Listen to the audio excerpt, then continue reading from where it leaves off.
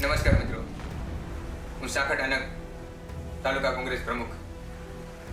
મિત્રો, સ્થાનિક સ્વરાજની ચૂંટણી એટલે માત્ર નેતા ચૂંટવાનો દિવસ નથી, એ તમારા વિસ્તારનું ભવિષ્ય નક્કી કરવાનો દિવસ છે. સ્થાનિક સ્વરાજની ચૂંટણી એ તમારા ઘર આંગણાની ચૂંટણી છે. જે નેતા તમારા સુખ દુઃખમાં ઊભો રહે, જેની પાસે તમારા પ્રશ્નોના જવાબ હોય અને જે વિસ્તારના વિકાસ માટે વિઝન ધરાવતો હોય, એને ઓળખો અને તમારો એક મત નક્કી કરશે કે આવનારા 5 વર્ષ માટે તમારા બાળકોને સારું શિક્ષણ મળશે કે નહીં, રોડ રસ્તા સારા થશે કે નહીં.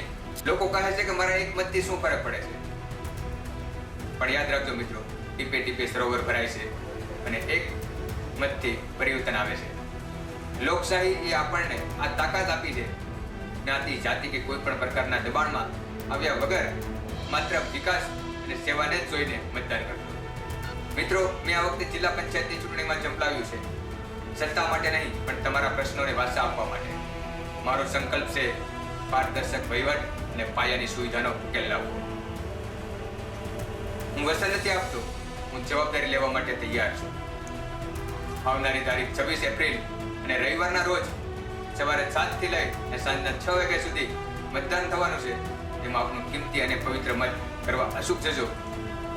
તમે જેને યોગ્ય ગણો તેને મત આપજો, પણ મતદાન ચોક્કસ કરો.